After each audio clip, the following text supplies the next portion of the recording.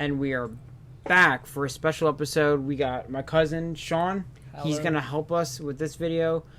Today we're just gonna go over what makes the Eagles great and what makes the MVP candidate Jalen Hurts so good and what is fueling his success this year. We're gonna go over some film. Yes, sir. All right, well, let's get to it.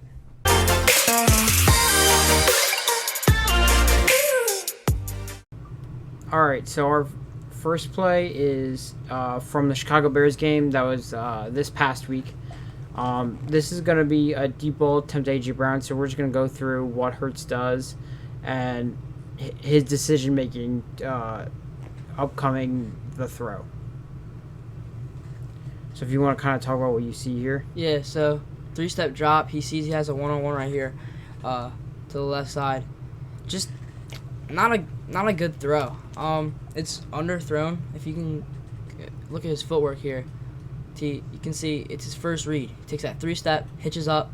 He knows he wants A.J. Brown there. He just needed a little more height on it, I think. Yeah, if you notice, like from the film I've seen from this game at least, every time Hurts has seen, well, most times he's seen a one-on-one with A.J. Brown, he's been really quick to get that ball out and throw it there. He's been killing the go routes with him. Yeah, and that's good, for sure, for him. But, I mean, if you can go back to, you can start it right here. He just underthrows it. You know? Yeah, well, is there something good that you see here from this play? Just his recognition of seeing that it's a one-on-one there. Seeing that he has his best receiver, his best one-on-one receiver, just, in the end zone. Take a shot. That's what I like. I don't like the throw, obviously. Yeah. But, he does a good job. It definitely was a rough game as far as him throwing the ball because of, it was cold. He's not used to throwing in those temperatures. Mm-hmm. So it was a little bit of an adjustment period for him. So now we're going to... This is a throw to Devontae. Mm-hmm. This is like... It is? Oh, yeah. I think this is the throw to Devontae. He's on the top of the screen here. So... Or this might be the deep ball. Oh yeah, no, this is the interception here. Nope. No. This is the... So, here, one thing I wanted to show you guys. Should we go back? Yeah, just go back here. Alright, so that's Devontae, right? Yeah, that's Devontae, bottom of the screen. So, again, Hurts recognizes the one-on-one there. And Devontae Smith, another good one-on-one receiver. Again, it's not a great throw. So he has his reads in this in these early throws. So it's a three-step again, and then he just takes a hitch up, lets it fly. That's his first read. He's looking for that one-on-one over there.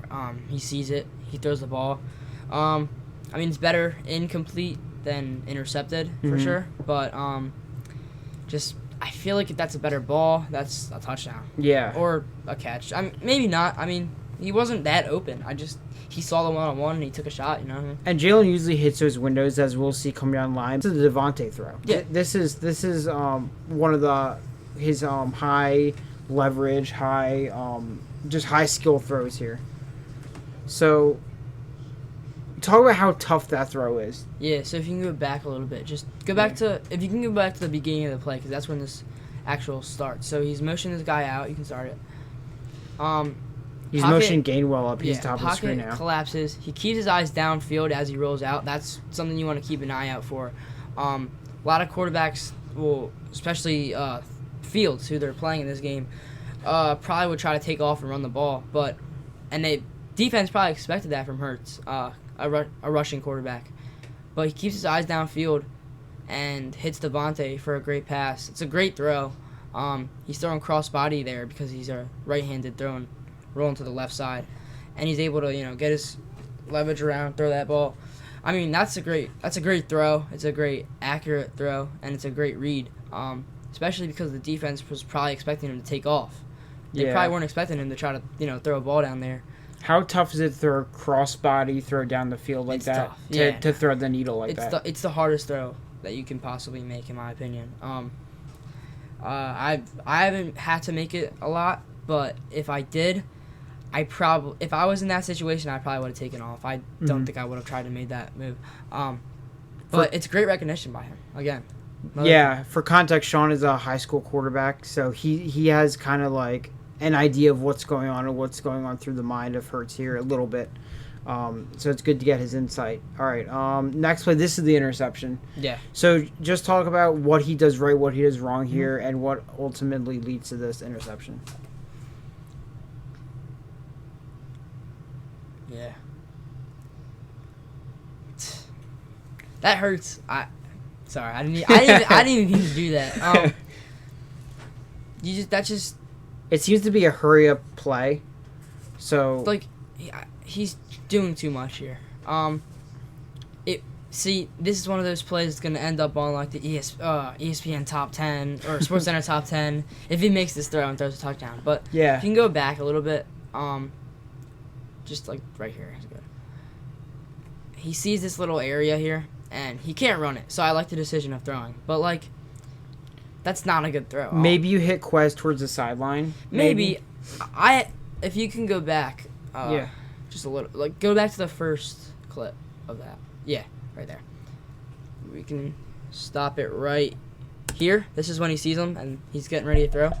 If you throw it to that number right there or to the sideline, he's catching that ball and he's taking it for a touchdown. Yeah, this is when he should have let go of the ball, you're saying? Yeah, I mean he's ready to throw the ball right here. So the ball should already be out here. I don't know if I would say that. It's not the timing for me. It's just the accuracy. Like, This ball ends up dropping really early. This ball needs to have air on it. Because he needs to float it over that linebacker right there. Zone coverage, obviously not a man coverage here. I can't really tell what coverage this is, but this is definitely zone. But if you can play right here. That's a touchdown. I mean, that's just a bad throw. It's a good play on defense for the linebacker to recognize that play. But yeah, just not one of his best throws, which is an uncommon sight for Jalen this year.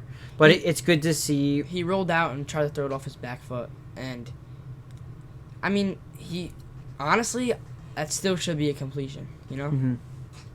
All right, so now we're going on to what makes Hurts really, really great this year. And this is the Green Bay game where it was a running game. So normally when it's like a running game, you normally don't expect great plays from your quarterback.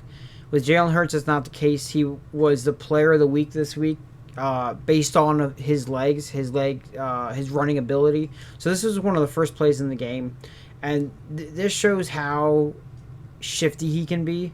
And I know, Shawn, you were talking about how it's not necessarily his speed, but it's his power and his shiftiness. Yeah. So let's go ahead and watch this play and then talk about what he does and how he's so good with running the ball. Yeah. So this is definitely a pass play. This is not a draw. He makes the decision here to run the ball. Now, when they show this other angle here, I want you guys to watch how he doesn't outrun anyone at all. He definitely does not outrun anyone. But I just think he's so dangerous. Once he has the ball in his hands, makes a guy miss, makes a guy miss, makes a guy miss, makes a guy miss. Yeah, you just can't bring him down. Like, he's fast, don't get me wrong, but he doesn't strike me as a Lamar, Justin Fields type of running quarterback. He strikes me as just I don't know if I can really make it a comparison for him. Maybe Cam Newton, maybe. Mm-hmm. A slower Cam Newton, maybe. Yeah. But I mean, like I said, he doesn't outrun anyone. He's like a power back. Yeah. No, yeah, for sure. I mean, the thing that makes rushing quarterbacks so dangerous is the defense always has to be aware of the quarterback running the ball. Mm-hmm. But the thing with Jalen Hurts is he's such a good passer, too. Well, he's an average passer. I'm not going to say he's a great passer. We might differ on opinion there. Right, well, you know, I'm going to say he's an average passer, an above average runner, rushing quarterback.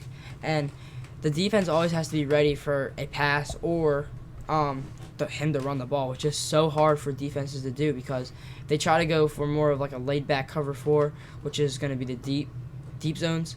Mm-hmm. He can just run the ball. And what does that mean when you say that? Okay, so cover 4 is 4 high safeties, which means it pretty much takes out the deep ball of the equation. That means it's going to be all like short. Run plays are really effective. They don't really run cover 4 a lot right now in the NFL, unless it's like third and long, those kind of situations, obvious passing. But the thing with playing the Eagles is they have a good run game and they have a good pass game. And a huge part of their run game is their quarterback. So the defenses always have to be ready for that run. And once they see that pass, they drop back. And then Hurts runs the ball. It's so hard to defend as a defense. Yeah, totally. So now we saw like the run game. Now we're going to go to a game where passing was really like he passed for like 360 yards this game. This is when we routed the Titans. And him and A.J. Brown were just connected on another level. And this is just one of the best throws you'll see. This is the throws he makes that are like on a Mahomes and an Allen level.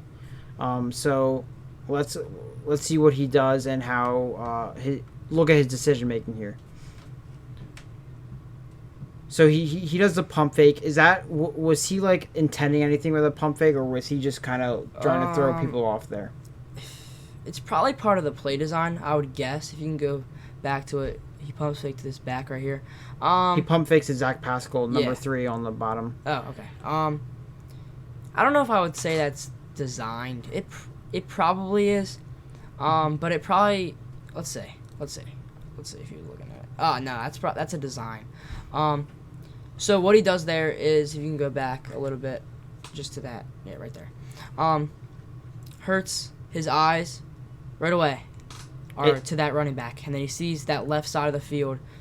He has like I said, the one-on-ones, A.J. Brown again, and he throws that ball where only A.J. Brown can catch it, which is a great thing to see from your franchise quarterback. It's a good decision. The only problem with this throw is it's so risky. If the D-back turns around here, it's a pick. There's a lot of trust with the wide receiver here. And I feel like Hurts knows the game enough to know that corner is going to stay with the receiver, his back turned to the quarterback, which means that's where you have to throw that ball. The only scary thing about that throw is if the corner turns around, that's a pick. But I think Hurts recognized that, and that's why he threw it where he did. And that's why it was such a effective play. Awesome. Yeah, so these clips kind of show a great range of what he can do, what happens when he does too much. I think it really shows the ups and downs of Hurts and what he can do to be even better and what he can focus on to be that next level quarterback. Okay, so that was the whole film analysis. I think that was really cool to see kind of like what you normally don't super pay attention to when you're watching the game live. So based on what you're seeing from Hurts this year, how good do you think he can really, really be? I think he can be really dangerous in the playoffs if he's able to pass that ball effectively. I'm worried a little bit because I don't want him to rely on his legs totally, and I don't think he does that. But I do get worried that quarterbacks in the playoffs try to use their legs too much, and early in the season, defenses haven't fully adjusted to what the offense does well and doesn't do well. Once it gets to the playoffs, they have 17 games to study from your season, and they can look at every game. They can look at what we just watched. They can look at all the film, and they can see what you do well, what you don't do well, and they're going to try their best and everything they can to stop what you do well. And that's when it becomes time to pull things out of the playbook. That's when the coaches become a huge part of the game. I'm excited to see what he can do in the playoffs. If he's able to pass that ball effectively, I think this team can make a deep run in the playoffs. But if he tries too much to, like I said, force things or, those just inaccurate passes, then, I get worried. Yeah, that makes sense. You definitely, like, it was kind of uncharacteristic what we saw from him this past Sunday towards the beginning, which I think you can definitely see could have been an elemental thing, with the cold. Sure. But yeah, it's definitely stuff we saw last year when he was, which was kind of his rookie year. You saw those struggles a little bit. Yeah. So you're now he can like learn from this game hopefully and see, okay, this is what I can't do, right? Yeah. This is what I can't force. Because I know in playoffs you want to do the big stuff. You want to, you really just got to do what you're good at. Yeah, for sure. What do you think the Eagles have to do to not have a repeat in Washington? They have to win every aspect of the ball. They have to win defensively, they have to run the ball effectively, and they have to pass the ball effectively. If they're able to have a well-rounded offense, that's going to be very huge for that game. Definitely. All right, well, Shawn, I appreciate you for taking your time to look at this film and really share your knowledge of the game, and we appreciate it a lot. Sure. That's going to be all for this episode. Make sure you like, subscribe, comment what do you think about the Eagles and Jalen Hurts, and tell us what you want to see next. All right, peace. Go Panthers.